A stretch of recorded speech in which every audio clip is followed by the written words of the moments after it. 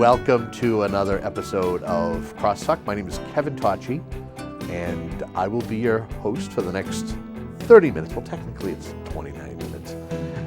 And as we try to do with this particular program, I like to think of it as a vehicle for the two communities that we serve, both Whitman and Hanson. We try to bring you a variety of folks to come in and talk about things. And it could range. The topics could be from local politics, community events. It could be about, a specialty that a person has. I think our guest today comes under those two headings. This gentleman is here on an annual basis as he loves to celebrate the National Coin Week. And we got the 93rd annual National Coin Week coming up the weeks of April 17th to the 23rd. Is that correct, Richard? Yes, it is. Richard Hand is our guest, and he is usually here on a regular basis. Right around this time of year, he is a local numismatist, and that's a person who deals in coins or deals in currency and stuff like that. Correct. Should I shake your hand with the white gloves on or no? Sure. What's the purpose of the gloves? When handling uncirculated brilliant coins or proof coins, you don't want to get your fingerprints on them. Your fingers have oils which will transfer onto the faces of the coin and actually etch the coin and never come off. So That's like that. if you're handling your own coins, you can do whatever you want, but if you're appraising other people's coins, you probably want to handle them with utmost care and have something underneath you in case you drop it, like working over a table with a towel per se, but always hold the coin on the edge and not to get fingerprints on it. So that's the purpose of that, not just to look special or anything. Okay. Yeah. I didn't know if it kind of came with the bowler or whatever. And Richard usually comes and talks about an event that they hold at the Brockton Public Library that's located in Brockton, of course, 304 Main Street. And this is an event that's going to be taking place on Saturday, April 16th at 1 o'clock. And there's special guests, and we're going to talk about that and much more.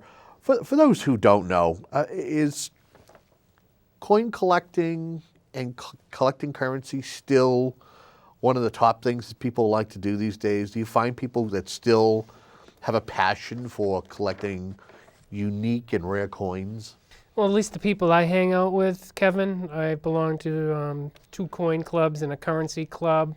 And there's very little age change. limits up there, but that's why we've been doing National Coin with the American Numismatic Association since 1912, and is to educate and try to inspire the younger generation with any hobby or any sport or any activity you want to introduce the young to it to keep it alive. Unfortunately, like stamp collecting has kind of fell to the slide. And the post office just makes too many stamps. The U.S. Mint is starting to get into that mode right now, like Canada and some other countries. They just produce so many different coins. We've had the state quarters, the national parks, which we're doing now, America the Beautiful, and that's 5 different designs a year, all the way up until the 50 states, and then the territories. We're going to be doing any national park, national forest. So they're kind of saturating the market. But yeah, I think that's why it's so important to keep it alive, and that's what we're trying to do real hard. And actually, I've taken on 2 other responsibilities in New Hampshire with the New England Numismatic Association, NENA. I'm doing strictly a YN program, Young Numismatics, and bringing them into the field at a coin show, and we have a room and teach them how to grade coins and get donations from other dealers, which they realize in order to keep the hobby going and keeping the young interested, they got to cough up something. So we usually have something good to give out. And I usually send them home with a project, either a book report to do a research on the coins that I'm sending them home with. In Brockton, I send the YNs home with a project every year. Matter of fact, the ones that did the project this year, they're going to be getting one of the coins that are on the bottom of this post when we get to it as a walk-in Liberty $50 for completing their project, and that's a silver, almost half ounce of silver in that. When do you, what does it come down to when you decide what the theme of national? Is it something that's decided nationally, or do you as a numismatist get to decide what direction you're going to go with when you have these presentations? Well, I'm a life member of the American Numismatic Association, and they're the ones who does a contest every year to come up with a theme. And if you come up with a good theme and they decide to run with it, you usually win a gold coin or some other kind of prizes. So sometimes they give us some, to me, the themes they come up with, it's like, hey, what do I do, But with some of the themes, you can actually run in multiple directions with it, but sometimes it's, you scratch your head like, okay, which direction do I go with this? But I love this year's theme. I think it's appropriate for, the icons of freedom and liberty. So I'm looking forward to this year's theme. Now, you from time to time, and I don't recall last year because it was 364 days ago, but you usually try to have special guests, and yes. I believe you have 2 special guests this year. According to my notes here, you have James C. Johnston Jr. Correct. And he's been here on this program before. Yes. And another gentleman, Thomas Kalantzis, is another gentleman who's going to be part of this unique He's going to be my guest speaker. I've kind of willed it down. I used to have 2 guest speakers, but there's not enough time at the library. I mean, we're usually being kicked out the door because nobody wants to leave. It's, people get that much excitement. Yeah, very. So I've Jimmy Johnson is going to be doing the introduction of this year's theme. Okay. And then I have a guest speaker, Tom, who's going to be talking about double dies, repunchment marks, stuff that you can still find in circulation today and turn maybe average 1 cent piece into several dollars to $50, $60 to $100. And if you discover something that hasn't been discovered before, you can get credit for that, and your name would go down in the books in discovering a repunchment mark or something doubled or something like that. So he's going to do a nice little talk on that. Both of these guys have written books too in this field or in history field. So I'm honored to have been able to meet these gentlemen. And I met Tom just last year up in Neenah and up in New Hampshire, and I thought this would be good to have him as a speaker, and he's just recently came out a book. He specializes in the Eisenhower dollars, finding the littlest things wrong with them to the biggest things and turning it into a little cash flow, You would think, nowadays you hear about the scams. Today on the news they were talking about, another place on the South Shore where people are actually, when you go to swipe your credit card, you have to worry because people are hacking into your accounts because you're swiping it. Gas stations and stuff like that. But who knew that when it comes to coin collecting that people will look to try to up the value of a coin just by, changing a mint mark or altering the coin, or even counterfeiting. That's big. Yeah, it's the coins that are worth a lot of money, and we'll talk about that with some of these coins up here. There's actually one of the coins up at the top that is well known to be counterfeited and altered all the time. They can actually shave a mint mark off of one coin and place it on another coin with a thick, like a buffalo nickel. They can actually drill through the edge of the coin and push it up through the metal versus gluing or soldering it on. Really? Yeah, it's amazing what they'll do. But if you can turn a 5 cent piece into $1,000, why not try it, right? Yeah, a lot of time on your hands, like counterfeiting money, it's... Well, I've learned this through our conversations in the past, and I'm also a big fan of Pawn Stars, and whenever they bring a coin into Rick, who is the owner of the Las Vegas pawn shop, and he'll be looking, and he'll look at certain little things, and, can tell when there is, when somebody he's probably using a loop. He's probably got something, a jeweler's loop right here. It's one of the main tools for checking out coins, and they come in different magnification. For grading a coin, like a 7 power is what you would use. But to look for alterations, you could use up to a 30 power. I actually even have a microscope at home for checking out coins. Yeah. And nowadays you can plug it into your computer too. You don't have to look into a small eyepiece. It's amazing. And then out in front of this little flower vase is another major tool, is the red book. It's almost like the blue book or Kelly Blue Book. Actually, there is a blue book too. A blue there? book, yes. The blue, And and we they can get a from shot of that book real quick, They get just it for to show. the cover of the color. You know, the color of the cover is red. That's why they call it the red book. Oh my! That's there it is. basically a book that a dealer would sell the coins for.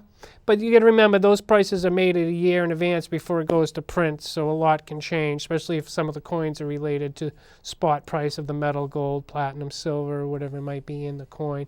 But a blue book is what a dealer would purchase it from another dealer from. So you get a bit of a ballpark. When somebody uses a red book and tries to sell a coin to a dealer, they're like, my red book says it's worth $35, and you only want to give me 10? And then you got to explain the whole scenario. Well, I have overhead, and this is what really, you know. So sometimes you get a little sticker shock when you try to sell your coins. But it's usually myself I collect because I like the beauty of the coin and the history. You learn so much history. What do you got for a prized possession? Do you have any particular prized possessions, and do you ever share them with the folks when you do the coin week showings? Yeah, I mean, I'm a man of, little means, but over the years, I've bought the top coin up here when we get to it, a Mercury dime, the first year, 1916, from the Denver Mint. Wow. In a low grade, it's a $700-800 coin, and I bought a couple of them many years ago for $300, so I guess inflation is probably all about the same. Do they increase in value over time? Yeah, so that's the trick with collecting coins. You always want to focus on what we would consider the most expensive coins out of the series, which was a key date, we call it, or a semi-key date. And there's a lot of common coins within a series. Those will always usually stay at a common price. So if you want to seriously get into collecting by year and mint mark, go for the more expensive, the key date and semi-keys. Those will hold its value and go up in value, where common coins takes a while for them to go up in value.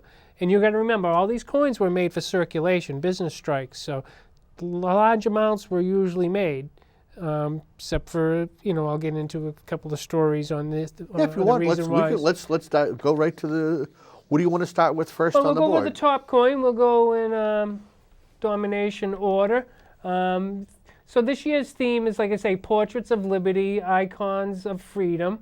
It's also the centennial of these coins. 1916, we had the Mercury dime, which is at the top there. Yep. And they call it the Mercury dime. You can see the wings on its head. Actually, that represented freedom of thought. But people considered that Mercury because Mercury had the wings and speed, but it was actually freedom of thought, because of how the Americas have been developed. And then on the reverse of the coin, you'll see which is the tail end of the coin. To the right of that coin is the fasciates. That's like a Roman. It was a sense of power. You can see it's held together, and it's got like a little axe handle on that. There was a sense of power because America was, was willing to be peaceful, but if it had to strike back, it was there.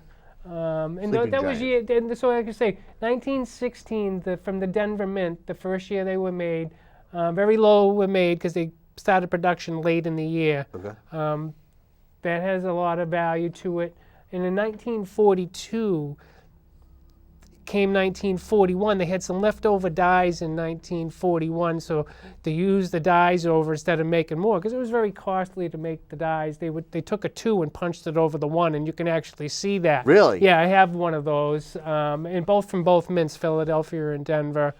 Now, because of something like that, does that increase its value? Or? Big time, Okay. Big time. And that's one of my talkers. Tom is going to be talking about like that. That's a repunch mint mark. Thomas Kalinstis. Yeah. So and then the coin below that, that's actually one of my favorite. Yeah, my favorite quarters. 1916 was the first year, all the way up to 1930. You can see she's walking through the gates of America through freedom. Started late in that year. That first year, 1916, only 52,000 of those were made. I'll never own one of them because they're expensive. You know what I mean? I'm not going to drop $5,000 for a low-grade coin. But that coin pictured up there, if that was on the block for sale, you're probably looking at $70,000 for that coin. The original cast on that, they actually had 2 dolphins that were going to be on it, on each side of the date there, but they chose not to go with that. and they actually changed the design. She's kind of exposed her chest in the first year, one side of it. And there was myths and theories that people like, oh, public nudity. It had nothing to do with that. I think the Americans felt like they was exposing America. Just because you can see she's holding a shield. So they finally put on the second year, they changed the design and put a chain maul underneath that to show more of protection, and then the eagle in the back, in flight. But that's one of my favorite coins. They wore down real quick. Then the bottom coin there is Walking Liberty half dollar. That was from 1916 to 1945. So like I say, it's the centennial, the 100th year. Yep. The first year they made them, the mint mark was on the obverse, the front of the coin, below the word "In God We Trust." Then in 1917, they took the mint marks and moved them to the reverse of the coin. There's a couple of key date coins in that. Condition is everything is about condition too, except for the low dates, the low mintage, early year, the Standard Liberty and the Mercury dime. A low grade can bring in hundreds, and if not the Standard Liberty quarter is thousands of dollars for a low grade coin. And they actually on that, it's a beautiful eagle holding an olive branch and landing on top of a mountain there, showing its power, ready to strike but willing to be peaceful. It was good, Richard. Did you make that up, or no? That's. I like the way that flowed. I like the way you said that. Thanks. That was good. Yeah, and you can see Liberty on the front of that coin there on the obverse, the heads of that coin. She's striding towards a new day. You see her walking towards the sun, striding towards a new day, because every day. And and during those years, 1916, 1917, we were getting towards World War I. Right. And so this was kind of showing our might through our coins. Right. And back in the ancient days, that's how they spread the news. And the ancient Roman coins was victories of wars and leaders. They didn't have newspapers or crosstalk or any radio stations to broadcast the news. So it was done with coins, with leaders and victories, and and then you see a few other coins on there. That are some of the newer modern coins that are made. The outer coins, as we see. So you want to start the one top closest to you? Sure, the top coin there, you'll see it looks gold, but that was the Sacagawea from. They first came out in the year 2000, and everybody flocked to them. They thought they was gold because they called them the golden dollars. But that's a beautiful eagle back there, and they actually changed the design on those for the Sacagawea. They named it to a Native American Indian and took the eagle off the reverse and changed the designs. But the stars representing the colonies, the first 13 colonies are on the back of that. But that's a beautiful. Actually, on that coin there, the mint illegally made some out of 24-karat gold, flew them on the shuttle. They're sitting in Fort Knox right now deciding if they should destroy them or not. Really? Yeah, they had no right to make them in gold, but they did anyways. And actually, those ones were also put in Cheerios boxes. No, sir. Yeah. When they first came out, they were put in Cheerios boxes, 5,550, and the tail feathers, not the flying feathers, but the tail feathers were actually different. Worth a lot of money. If you had one of those in a Cheerio box and you left it in the little cellophane thing it came in, $5,000 coin. My goodness. And nobody knew until after the fact, until somebody took a loop and started looking at it and said, geez, this is different than ones that are in circulation. And Walmart actually was the first one to get the ones for circulation. They had like a promotion with the U.S. Mint. I don't know which coin you'd want to go to next. You want to go over? We can go to the bottom. We'll work our go down to the bottom. The Liberty 2008. Yeah, so that was 2008. That was a commemorative silver dollar of the bald eagle. So representing freedom. Majestic bird. Yes. And bird of prey. So actually the bald eagle, the U.S. Mint in the late 1800s had one for a pet inside the mint called Eddie. He got caught in some machinery and God rest his soul now. So that's a beautiful coin. I actually own one of them. I mean, it's 3/4 of an ounce of silver. They're not meant for circulation. They're made for collectors. Okay. Pretty much metal value. The two coins, the upper Sacagawea and the bottom one, would they still be? What would they be worth in today's dollars? Are they worth more than what they're minted for? Well, so the first year, the Sacagawea 2000, where I said they were in the cereal boxes, the ones in the cereal boxes are worth a lot of money. Wow. And actually, somebody screwed up at the mint, too. There was actually a quarter. Don't do the head that. of the quarter was don't on one mess side, so it was up. called the $1.25 piece. Really? So you always have to look at your change. You don't know what you're going to get. And I guarantee you, one of those Cheerio boxes, a lot of kids probably got the dollar, broke it out, and spent it. So you could find one. You got to look. Just like when we were kids. I remember back when we were kids, where you got the back of the box. It could be a record, or you would get right. nowadays. They used to put coins in other cereal boxes. Actually, I bought a bunch of the Cheerio boxes. They also put cents in there. The year 2000 Lincoln cents. I actually have a few of those, and those are worth like $5 versus 1 cent. Okay. In the original container in the holder, and you can have it certified if you send it off in the holder saying it's a Cheerio cent.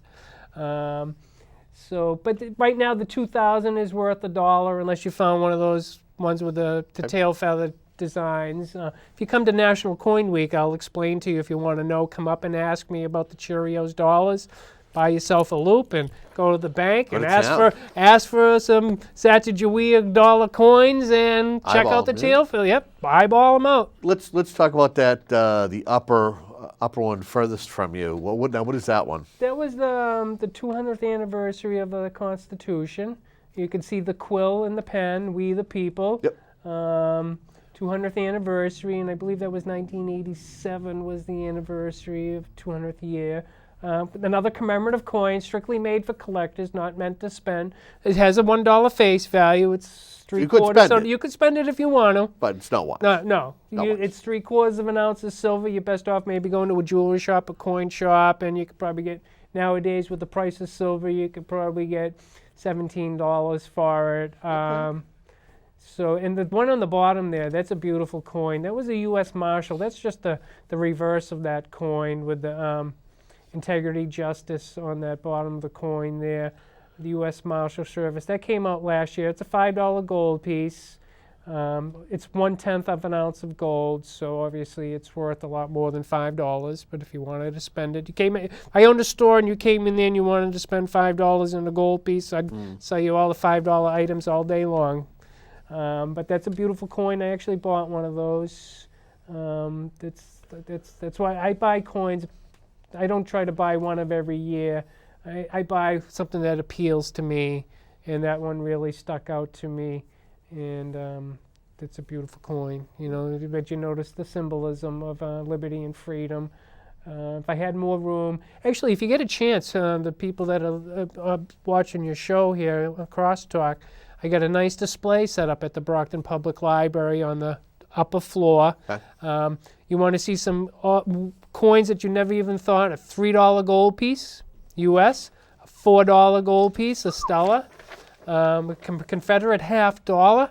When the Confederates took over New Orleans Mint, they went in and started making their own coins. Only 4 of them were made, and the dies broke, and that was it. Wow. So, needless to say, you can check out the display. Matter of fact, I don't know if the U.S. Mint has actually got all calls out to artists to design a coin for 2018 for the anniversary of World War I. Oh, no kidding. You got until April 28th. If you're an artist and you want to design a coin, go on the usmint.gov website, check it out for the artist if you want to. And if you're successful and you're going to get paid for it, and your initials will be on the coin. They do that once in a while. You'll be part of numismatist history, right? Yep. And actually, those 3 coins that we talked about in the middle there, the Mercury dime and the Standard Liberty quarter and walk, that was a contest held back in 1915 to get ready for 16. Oh, would it be numismatic history? Yes. Would that be correct? Yes. Okay. And the designer of the Mercury dime and the $50 are the same, and the Standard Liberty quarter is a different gentleman, and I actually have a little bit of history and portraits of them in the display over at the Brockton Library if you want to see who designed them and actually who they use for a woman for the portrait on the Stand in Liberty Quarter. I got her portrait there too. And again, just to remind folks, this is going to be taking place again Saturday, April 16th. This is at the onset of National Coin Week, which is the 17th to the 23rd. Ages 7 and up, which is fantastic. Free workshop. There's going to be a free workshop. Yeah, we usually get the kids involved Door with prizes. The workshop. Yes. Who does that? Yeah. So, matter of fact, one gentleman was really happy. He had won a commemorative dollar with the Marine Corps logo on it, the Eagle, Globe, and Anchor, and the Iwo Jima flag raising. And I believe his father was a Marine, so he won a nice silver dollar. I get actually a company, L&C Coin Company out in California, send me all kinds of nice silver dollars and stuff, slabbed. And I return the favor. I usually send them a 2-pound box of chocolates from Gowell's. And doesn't get any better than that. It doesn't get any better than that. And the company that slabs special coins for me, Annex out in Colorado, I send them.